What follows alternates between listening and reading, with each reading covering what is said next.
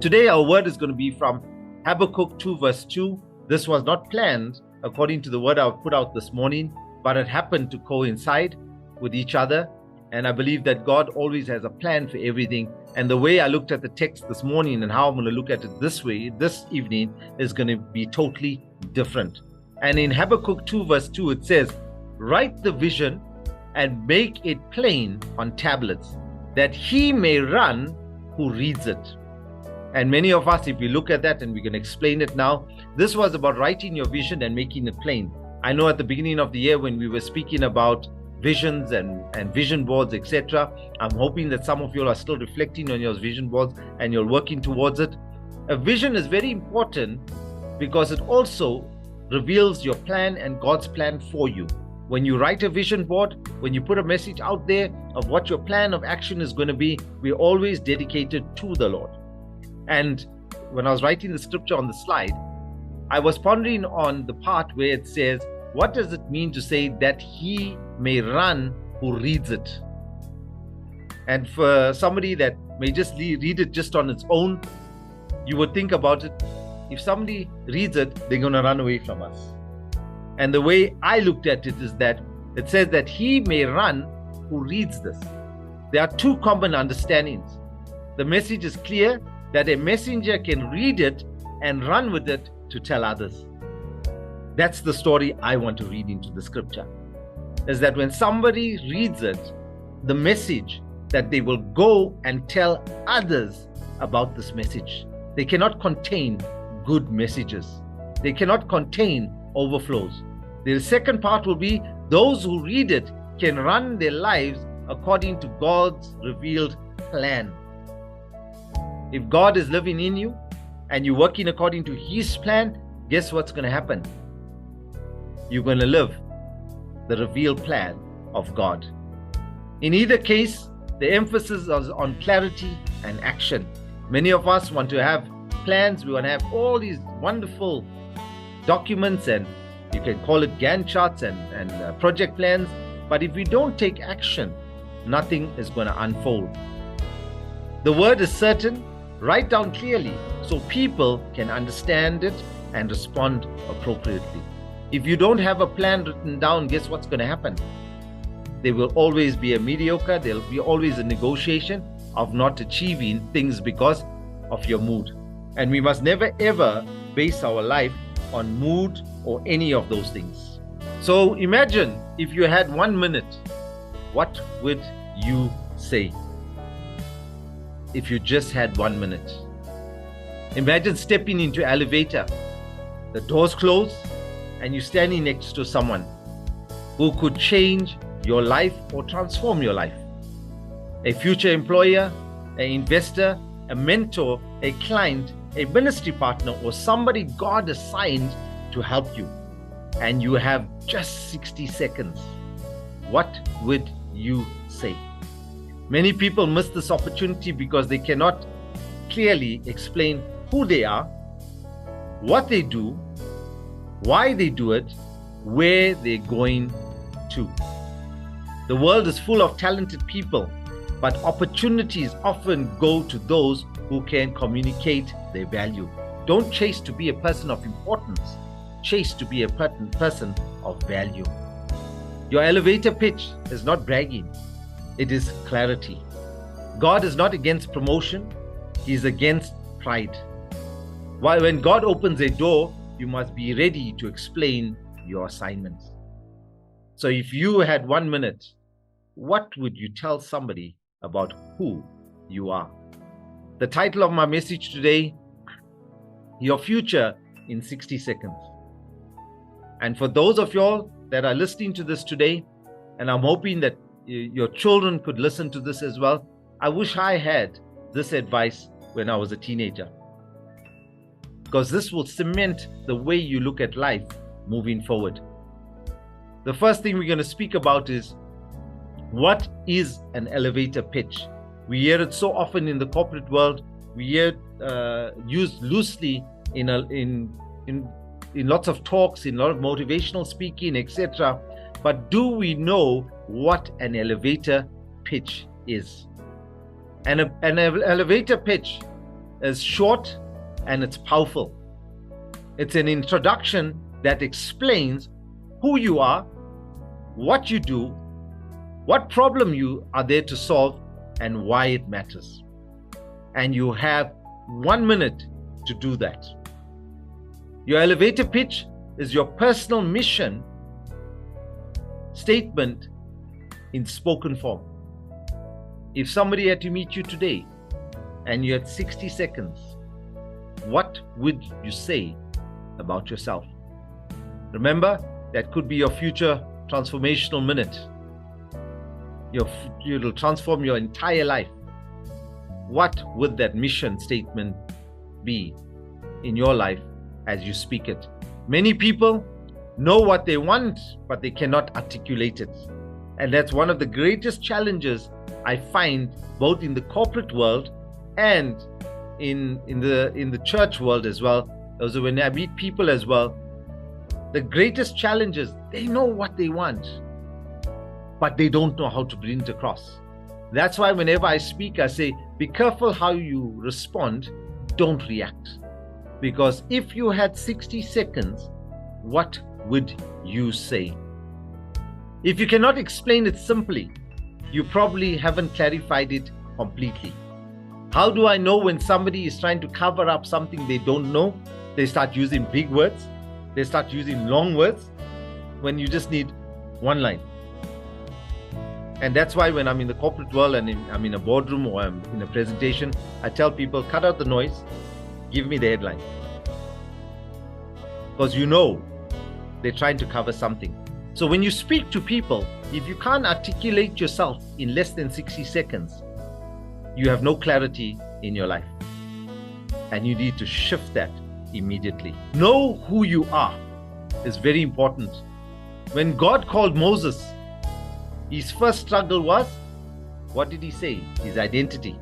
And how do we know it was his identity? In Exodus 3:11, he says, who am I that I should go? He had a problem with his identity. If I was him, I would say, yes, Lord, I'm going. But identity was his issue. Many people fall and fail because they spend years asking, who am I? Am I enough? What if I fail?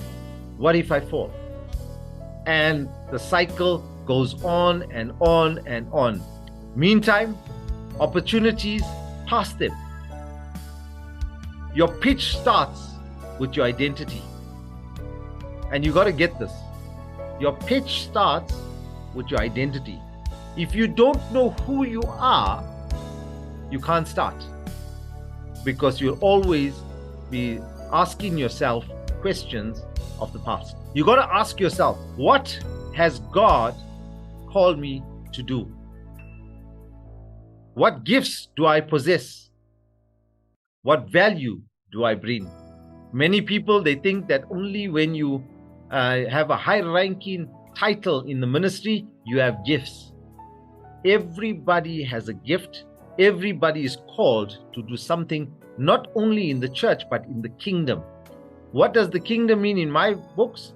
Everywhere you go is the kingdom. Everywhere you go, you take charge of the area and the environment you're at. So you got to ask yourself these questions. You got to declare, I'm not confused about who I am. I am God's workmanship created for purpose. The question on this is, do you know what your purpose is? Do you understand if you are God's workmanship created for purpose? Do you believe that? And how you identify if you don't believe that? If you lack faith. And fear takes a higher ranking in your life. You put everything first beside what God requires for your life. You got to know your assignment. That's why I tell people, I wish I knew this a long time ago. I will never follow a career because I'm on my assignment. A career is a byproduct of my assignment. And it's a vehicle to take me on my assignment and fund certain things that the Lord requires for me. And that's why when I walk this journey called life, with Jesus as the center and my relationship with Him, fear will never be part of my vocabulary, because the Lord knows my assignment. He knows the journey I need to face. He knows the obstacle that's going to come my way, the storm that's going to come, but He helps me navigate through it, and He'll bring the right connections to ensure that the journey does not stop. Nothing will get the better of me as I'm traveling this journey. Nehemiah, when people tried to distract him, distract Nehemiah from building the wall, rebuilding the wall, he responded by saying, I am doing a great work so that I cannot come down. That's found in Nehemiah 6 verse 3. Distraction did not take him from his assignment. You notice something. The clarity was no confusion, no uncertainty, no hesitation. He said, I cannot come down, because he knew he needed to rebuild that wall, and nothing was going to distract him. What happens to many of us? Soon as something comes up, because we are not clear on our assignment, we get distracted. And when we get distracted, it takes us away from what God's path is for us and our journey of where we need to go. Nehemiah knew his assignment. He was not confused. But many people struggle because they are trying to explain to everyone. You don't need to explain to everyone. You need to understand that. But we are trying to continuously explain everyone's purpose instead of their own. You don't need to worry about anybody else's purpose. You need to be what God designed you to be. You got to ask yourself, what problem am I passionate about solving? So if I had to take a little pause on this point, and if you go back and if you had to write this down, what problem am I passionate about solving? That's your first assignment. What impact do I want to make in your own life, in the people around you, in the broader context of the world? What impact do you want to make? Every idea came up with solving a problem and making an impact. Nothing comes up just because for the sake of coming up. And what legacy do I want to leave? Many of us see great products come to life. It started in a little place like a garage or in a little lounge area or a little room or in a kitchen, but they become this massive brands. And it all started with solving a problem, creating an impact, and leaving a lasting legacy. And with that said, in order to leave a lasting legacy and make sure that whatever you're passionate about solving and whatever you want to impact and leave a legacy, you got to shift as the market shifts in order to survive and become the greatest value that anybody could ask for. When people look at you, because you're on your assignment and you know the problem you're solving, you know the impact you're going to have, you know the legacy you're going to leave behind, when people think of your name, do they say, go to that person? They're the best person for that. That's where you need to be, where people see you valuable. You got to keep it simple. If we look at Jesus, he was a master communicator. He used seeds, he used sheep, he used fishing nets, he used lamps, he used vineyard, he used simple language. But there was deep truth in everything that he said. Many people lose opportunities because they overcomplicate things. For example, instead of saying, I'm involved in a strategic development entrepreneurial initiative. Sounds very nice, very professional. But why are you complicating it? Can people understand exactly what you do?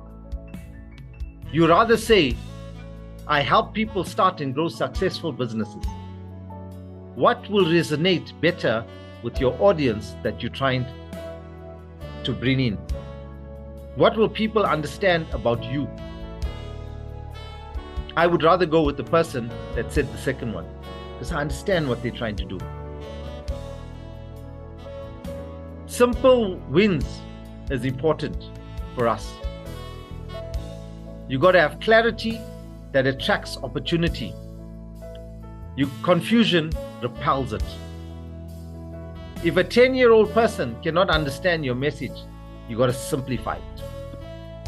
Not everybody is looking for a complicated message.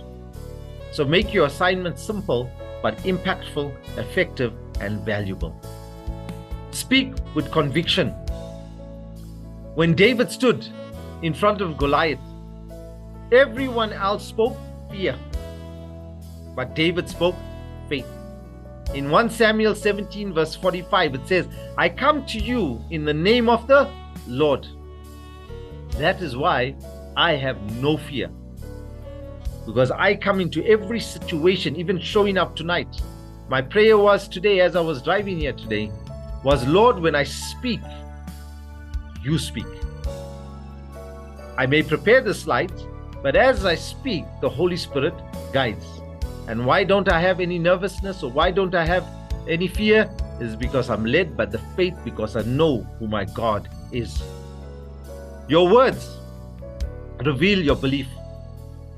People can sense uncertainty. When you know your purpose, confidence follows. And confidence is not arrogance. Many people think that when they're confident, they need to be arrogant. And I see it so much in the corporate world. Confidence is agreement with what God says about you. So you need to understand, you need to speak like someone that's going somewhere. You got to replace, I am trying, maybe someday, hopefully. You got to replace these words. That should not be part of your vocabulary, because these are doubtful. You're not going someday, or maybe, or hopefully, or I'm trying. You need to start speaking with conviction. You got to say, I am building, I'm developing, and I'm creating.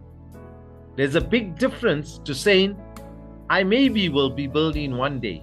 Your maybe will be keeping you to be stagnant and procrastinating, and you'll be downright lazy. And then you'll know the religious ones where they'll say, I'm waiting upon the Lord. It's 5 years now. Slap yourself. Right? At the end of the day, you need to ensure that you are creating, you're developing, and you're moving ahead. I will never rest, because every day I got to develop. Your story is part of your pitch. And we see that people will connect with your stories more than stats that you can show them. If we look at the blind man, in John 9, it says, the man healed by Jesus gave one of the most powerful pictures ever.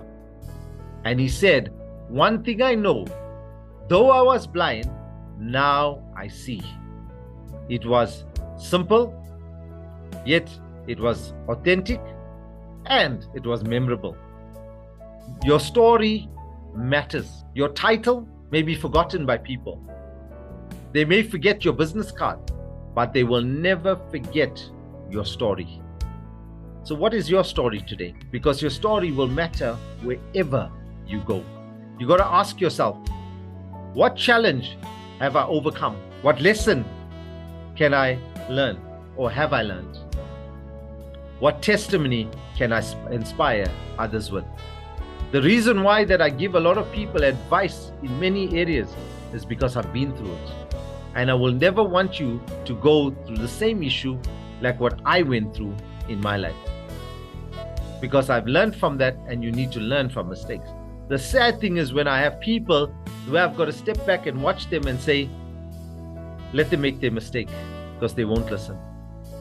It's a hard thing for me, but sometimes people have to go through that journey and learn from that so they can testify to others. Be prepared before opportunity arrives. Joseph spent years preparing. before standing before Pharaoh. When opportunity arrived, he was ready. The opportunity lasted for minutes, but the preparation took years. Many of us are not prepared to wait. We want instant. Sometimes you're not ready for it. The Lord will only open your doors when you are ready. Like I've been praying the other day, I said, Lord, increase my gifting. I'll be telling him what gifting I require. But when he's ready, he's going to open it. And the reality is, I've been having dreams about this gifting. So what does that tell me? It's close. He's confirming something. The spirit man is working. And he's taken away certain things in my life so he can set me up for that gifting. Many people pray for doors to open. Few prepare for the doors once they open. And I want to reflect on that. Many pray for doors to open, but few prepare for doors once they open. Some of us, when the door opens, we're standing there confused. What is your 60 seconds you have when that door opens to speak about yourself? Do you understand your assignment? It's your doors open. You've got 60 seconds. And 60 seconds can go like this. What would you say? You don't rise to the occasion. You rise to your preparation. Many people say, when the door opens, I will make it happen. No. If you don't rise to your preparation, that door opens, you will mess it up. It won't last forever. Whatever I do, I make sure I'm prepared for what God has planned for me. When that door opens, I step in boldly. No looking back. Your pitch should create curiosity. Your goal is not to tell everything. Your goal is to make people want to know more. You got to tell them just enough that they want to know more about you. When we look at Jesus, he often spoke in ways that caused people to ask questions. He spoke in parables. And then people asked what it meant. I wish I was there those days. But they speak so everybody could ask him more questions. An effective pitch leaves people saying, tell me more. Tell me more. What a nice place to be, where people don't want you to finish. They want you to continue and not look at their watch and say, when is this person going to stop talking? They want more. So you got to be effective and ensure that your pitch brings curiosity. What happens when you don't have a pitch? Opportunities pass you. People cannot support what they don't understand. So when the door opens, you have that 60 seconds. When you open your mouth, people switch off because you weren't prepared. You lose confidence. Unclear people become hesitant people. They hesitate. And when God puts people in your path and he opens doors for you, you've got to be ready and confident. You can't go there half feeling confident. There's no half feeling confident. You're either confident or not. Others define you. If you don't define yourself, others will. Don't let anybody paint a picture of you that does not define you. Your vision remains hidden. A hidden vision cannot influence the world. So what happens when you have a clear elevator pitch? A clear elevator pitch is more than just introducing you. It opens doors that creates opportunities and helps you become a person that people will always remember. You become memorable. People meet you, hundreds of individuals throughout their lives, but a clear pitch will help people remember you instead of forgetting about you. Like if people meet me, they will say, Sherwin does something with coaching and training. Right? You don't want them to say that.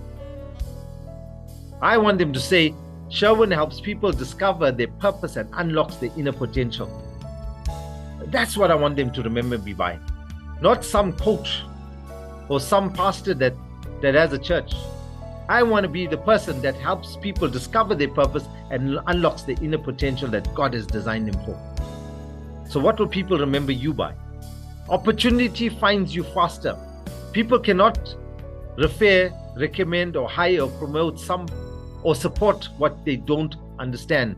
When people know what you do, who you help, what your results are, they know when to think of you. Your pitch becomes the opportunity to be a magnet. You build confidence. And when we say you build confidence, is that people struggle to talk about themselves because they lack clarity. A strong pitch gives you the confidence because you know who you are, you know what you offer, and you know why it matters. Confidence grows when clarity grows. You create a strong first impression. Research consistently shows that first impressions form very quickly. Whether it's in a job interview, networking, etc., your pitch helps you to let people understand who you are and what value you add immediately. You only get one chance to make a first impression, so don't make it one that will fail you. You attract the right people. When your message is clear, you naturally attract people who need what you offer. You stop trying to appeal to everyone that starts connecting with the right audience. You gain direction in what you do. Creating a pitch or forces you to answer important questions. You increase your influence. And this is an area that I love to be in. Wherever I step in, I want to increase influence. Influence is about communicating clearly. Influence is not about talking more. The people who can explain complex ideas simply are often the people who lead, inspire, and influence others. Because you look at it from a different lens. You stand out from the crowd. Do you stand out from the crowd nowadays? Most people introduce themselves with their title. I am an accountant, I am a coach, I am a manager. A powerful pitch communicates impact. I help business owners understand their numbers so that they make better financial decisions to grow in confidence. Impact stands out more than your titles. You become intentional about your future. Your pitch is more than what you do today. It becomes your declaration for where you are going. It reminds you daily your mission, your goals, your direction. You got to take control of your story. You don't define yourself, others will define you. A clear pitch allows you to tell your story before assumptions are made. You become the author of your personal brand. And I spoke about personal branding not so long ago. You become the author of your personal branding. Now you may wonder, why am I talking about this elevator pitch? This is not about business. You are a brand, and you are your brand. And God has created you to action and do certain things on this earth on your assignment before you're called back home. But you got to be impactful while you are here. Many people don't know where their life is heading. They are struggling with that at the moment. But I can tell you now, we're going to do your elevator pitch just now, and I'm going to tell you what mine is.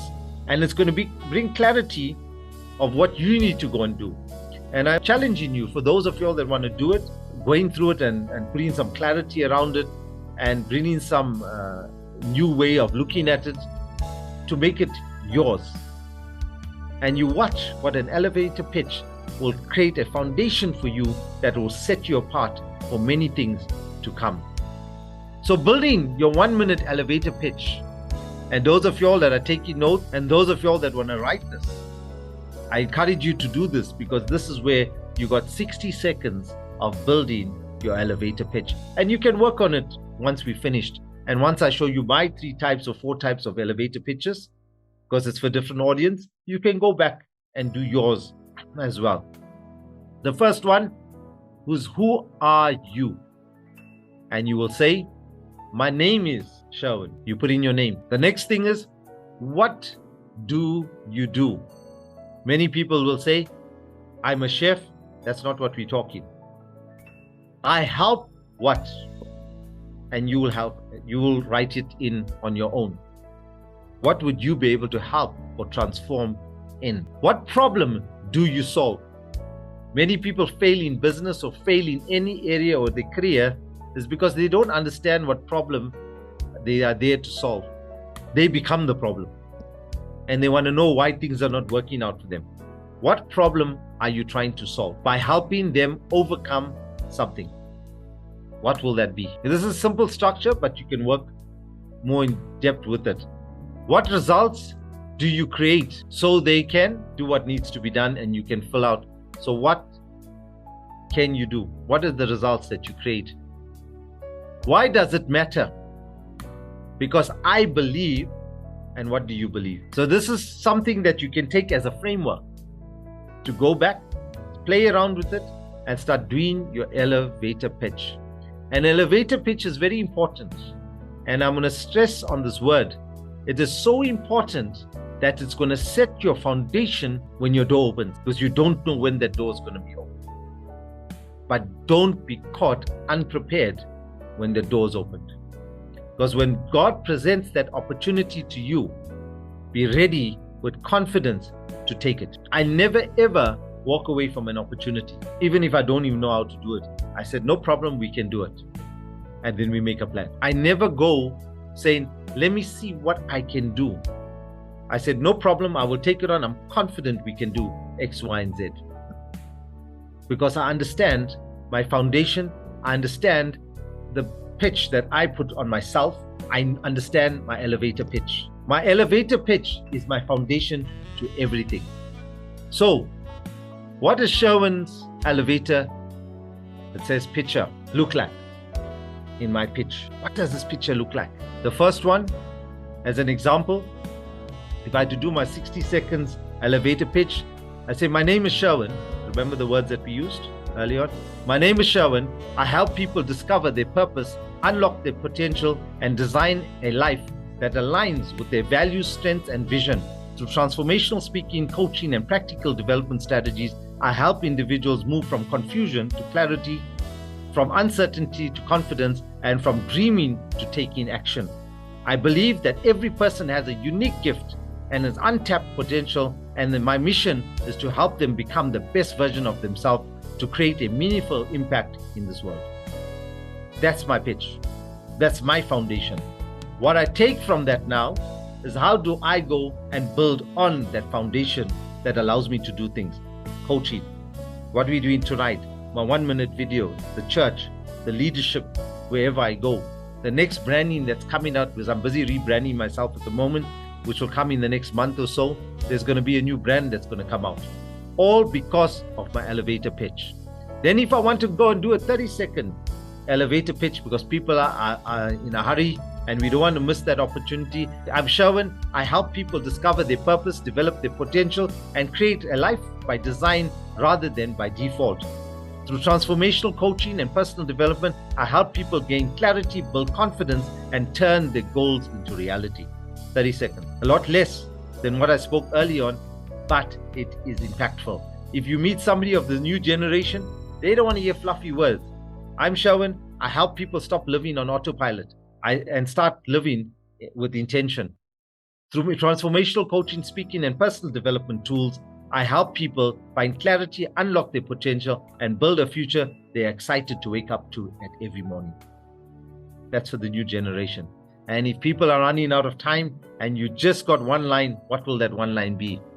I help people move from where they are to where they are meant to be. That's who I am. And hopefully they'll want to know more. If I wanted to go further and be pastoral about everything, and I'm in a church setting, my name is Sherwin. I'm a pastor, passionate about helping people discover their purpose, strength, and their faith, and become the best person that God has created them to be. Through biblical teachings, practical wisdom, and transformational coaching, I help people move from confusion to clarity, from struggling to grow, and from simply existing to living with intention and impact. My mission is to empower people to build their lives that honor God and positively influence people around them. So those are different ways that you can bring up your one minute elevator pitch that will cement a foundation in your life that will shift the way you think. Powerful liners can be, in a ministry point of view, I help people move from where they are to where God is calling them to be. If I'm in a religious setting, I help people discover their purpose, grow in faith, and live a life of impact.